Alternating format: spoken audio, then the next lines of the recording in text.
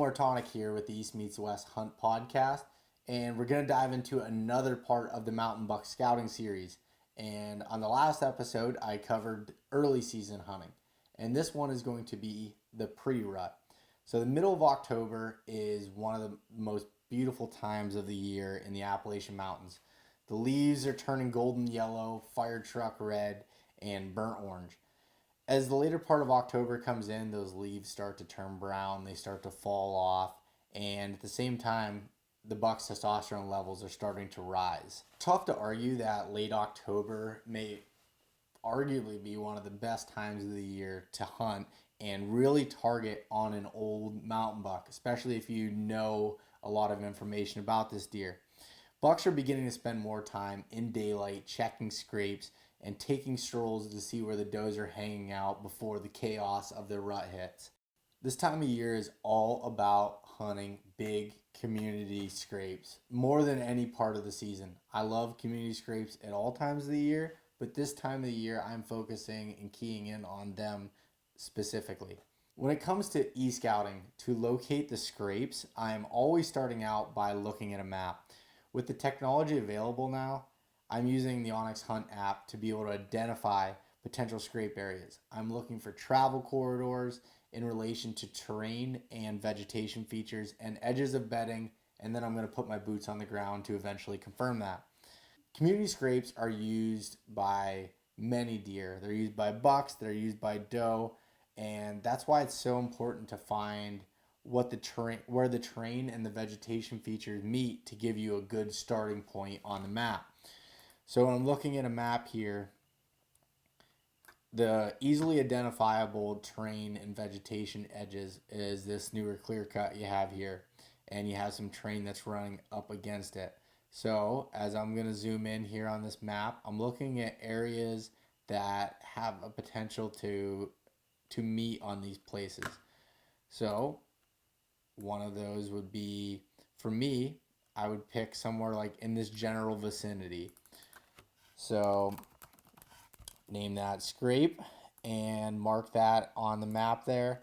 And I'm gonna again trying to find those edges and to be able to go in and check out. Over on this side, so for different winds, you got some over here that looks like a good spot, a little flat spot with some steep below and the other vegetation there. Going to mark all of those places and be able to go in and check those out. If I have a suspicion that a buck's bedding out on the point, then I'm also going to go out there. Even if the terrain and vegetation isn't as easy to spot on a map, I'm going to look strictly at the terrain for this feature. So from the last video, I'd marked some potential bedding areas for bucks. As I'm looking here, say if a buck was bedded out on this southern edge of the point here, on this southwestern point, I'm looking here, and as you're getting up, say this top, I confirm it has oak trees. Well, right up in here it starts to get a little bit flatter, which scrapes tend to be on the benches more. They're not on the real steep side hills. They're going to be more on the flatter spots there. So I'll be able to identify that, mark that down as a scrape as well, and go in to be able to check it out. Some other different terrain features other than the benches up towards that top or third of the hill are saddles and also creek bottoms, where a bunch of different points and even draws that run into a certain bottom. I'm trying to look for those types of areas and mark them as potential scraping areas. The bottoms, the scrapes show up a lot more. It's usually a little wetter down there. The scrapes look bigger. There's not leaves covering it as much. They're easier to be able to find. So as I'm looking at this specific map here, and I'm looking at saddles, so I marked a bench down below, but also right here you kind of have a minute saddle. And I'm looking at a map here. It's not extremely defined, but you can see that there's a little spot there that would be considered a saddle. And also, if you're moving along here, we got another bench over here that might be it. You have a saddle right here, so you can see it kind of does the hourglass feature. And if I turn that on, look at that. It's right on the edge of this clear cut, and you have the saddle there. So I'm just going to throw this waypoint out in the middle of it here and I'm going to walk this entire hourglass portion of the saddle and be able to check that out.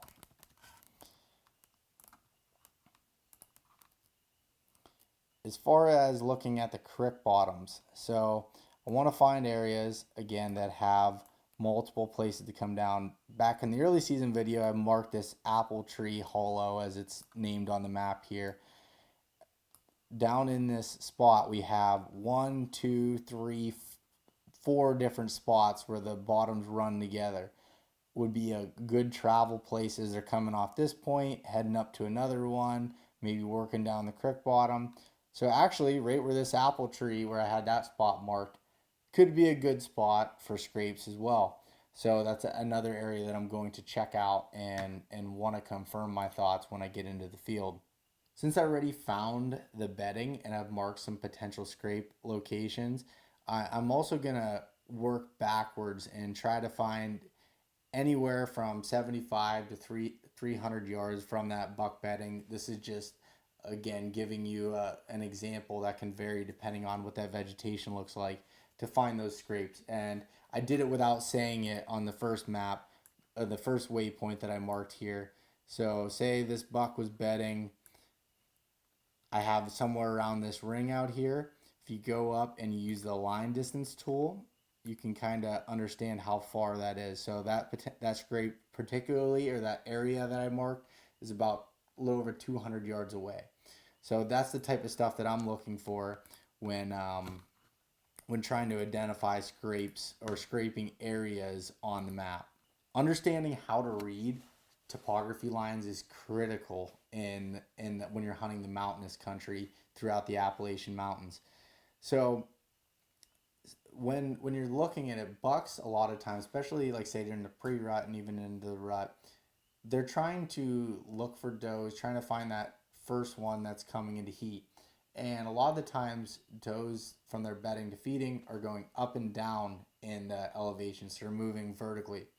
So bucks, to be efficient with their time, this is just my assumption, I don't know if they're really trying to be efficient with their time, but they like to move horizontally around specific topography lines and try to catch those doe trails that are going down for one that may be an estrus.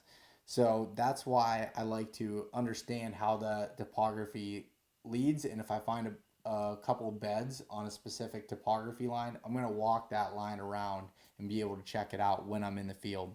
By having the hybrid layer of Onyx on, you're able to see again those differences, the terrain and the vegetation. When you find those places to meet and scrape together, that is an ideal location. If I can see a hemlock or a pine tree, some sort of conifer, an old timber cut edge, a beaver pond in the bottom that butts up against one of these terrain features, bingo, I'm in the game and ready to start scouting in the field. One of the last points I wanted to make on the e-scouting before diving into the boots on the ground is utilizing the 3D feature on Onyx to be able to confirm some of the spots that you marked.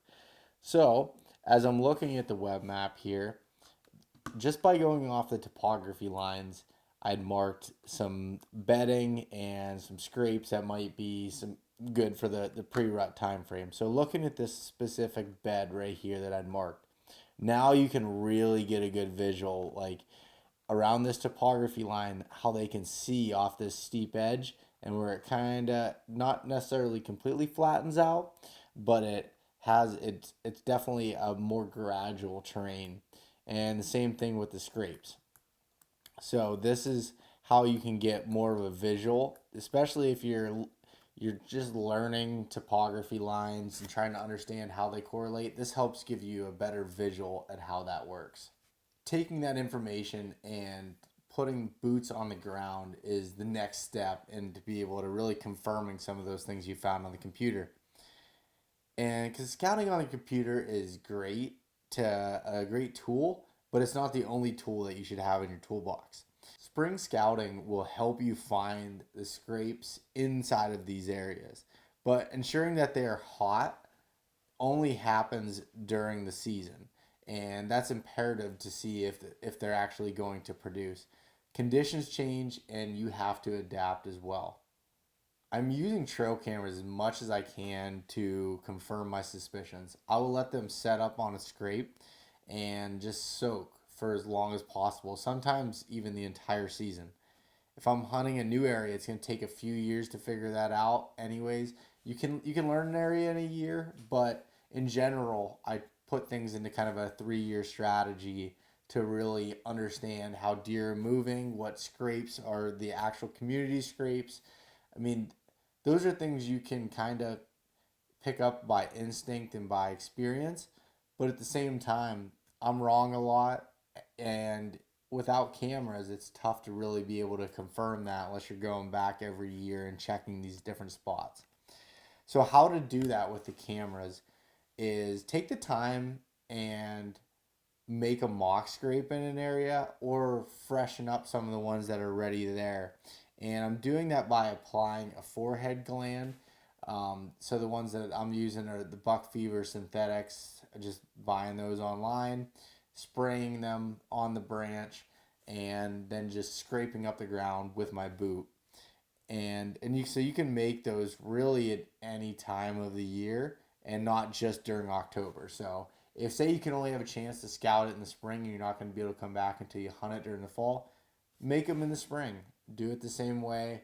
And if you make that scrape in a good area where they're able to come through with some of the conditions that I explained, I truly believe that they'll work that again as it comes into the fall. Analyzing the data that you get from your trail camera can help you more for the future than it does necessarily in the present. So many times bucks will revisit those same scrapes in and around the same time frame of the year. So say you're getting photos of a nice buck on October 28th and October 30th in daylight one year. Pay attention to the weather conditions, what else is going on during that time frame, and try to figure out the next year, in and around those dates. Was it a cold front? Was it a certain wind direction? What was going on that can help you try to predict that movement? So, as I was talking about in the early season video, I showed an example of an apple tree in the bottom and a tree that I would show to set up and where the creek crossing was. Well, after we got done recording that segment, walked literally another 20 yards over along the creek, and there's two giant community scrapes right here. We've got a nice big hemlock branch broken, and the scrapes kind of meet together, big spot, and then even down a little bit further, there's another big scrape. So a big scrape line at a crossing with the food source here. I talked about it in the e-scouting when I marked where I thought there would be apple trees there, that there's a good potential because of the way the valleys ran together that there could be a community scrape. And there ended up being two of them in this area that looks like they're being used quite a bit. I'm going to set up a camera here and just see what it looks like during the season. The tree that I had chosen for the early season spot is actually still ideal for the same exact setup in the pre-rut. So again, this is compounding the different seasons into one area to be able to help yourself out. It's still at the furthest scrape away, you're looking at a 35 to 40 yard shot, but the trails lead from the scrape right in front of the tree to 15 yards, or if they're coming from the other direction, again, about 15, 16 yards coming across. It's a spot that funnels the movement in this creek bottom that can be good in the early season if you got apple trees, and definitely in the pre-rut for the scrapes. I would come down into this spot if I was focusing specifically on the scrapes in that late October time frame, even into early November. This is a great example of a buck bed that's actually kind of rare for me to find one that's this beat down and worn into the ground. I mean, a lot of beds that I find, you could tell that they're using them, but not very often, where this one looks like this particular deer, or maybe it's a couple different bucks, are using this bed quite a bit. We're about 15 yards off of a new clear cut, and just over, you can look down over, there's a bench and a drop off below with a big cherry tree to its back. And on every way coming out of these trails. There's a heavy trail leading out this way and a heavy trail leading out that way, with rubs on each side and even in front. Some nice sized rubs. And then just around the side of the point here, about 80, 90 yards, there's a couple really big scrapes as well. So this bed, although I wouldn't hunt specifically over the bed, I would hunt those scrapes in the morning in the pre-rut. And honestly, it wouldn't be a bad spot of hunting during the rut, just from the way that the terrain funnels through this spot. So we have vegetation edges, we have terrain edges, got a buck bed, and it's really the perfect storm. So in relation to this bed, I would set up on those scrapes that are about 70, 80 yards away in the morning during the pre-rut, hunt those big scrapes as he's coming back out, or coming back out from out on these finger ridges. We've got a lot of oaks that are dropping, and when he's coming back to bed, hopefully be able to catch him in that process. Another point about this bed that we're noticing, it's a little afternoon when we're finding this spot, and the sun is up high, and trying to get shade is an also important part when it comes to buck bedding. As you can see, this cherry tree is keeping it shaded here, and probably will throughout the entire afternoon because the sun's already on that side. So middle of the day, probably spending some time here, has a little bit of shade, when the wind direction would be coming across this wide open cut, so say a westerly wind would come across here, it's blowing in his back, and then from the front there's this draw that comes up, and also the point of the ridge, and you can feel the thermals meeting as they come up through here. And it's one of those places that they feel completely safe as far as the wind goes. You're not sneaking in on this deer in his bed, and that's why he's spending most of his time here. And on the way into this bed, I had found a group of 3 big scrapes, and then also one big lone one, big licking branch snapped off. Everything is right there. And so as he exits this bed and heads up, there's some oaks that are back this way. You can see his scrape that he hits, or scrape line. And that's where I would plan to attack at this spot. Is the group of 3 scrapes is probably about 120 yards away or so. And I think that's just far enough away that you're not going to spook them. If you're coming in for an evening hunt, or if it was a morning hunt, I'd hunt over this closer scrape that's only 50 yards away.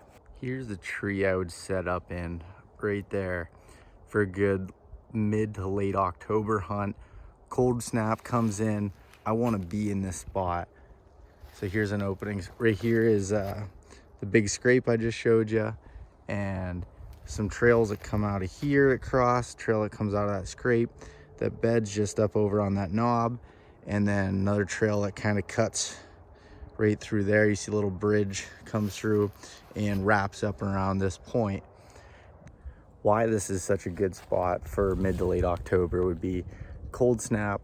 The buck's out kind of searching, trying to figure out where the does are, maybe seeing if one's going to be coming into heat, and might stay out a little bit later into the morning before he comes back to bed. So I'm hunting extremely close to his bed. Big scrape here. I think this is one of those spots I think you're either going to see the buck, or you're not going to see many deer at all.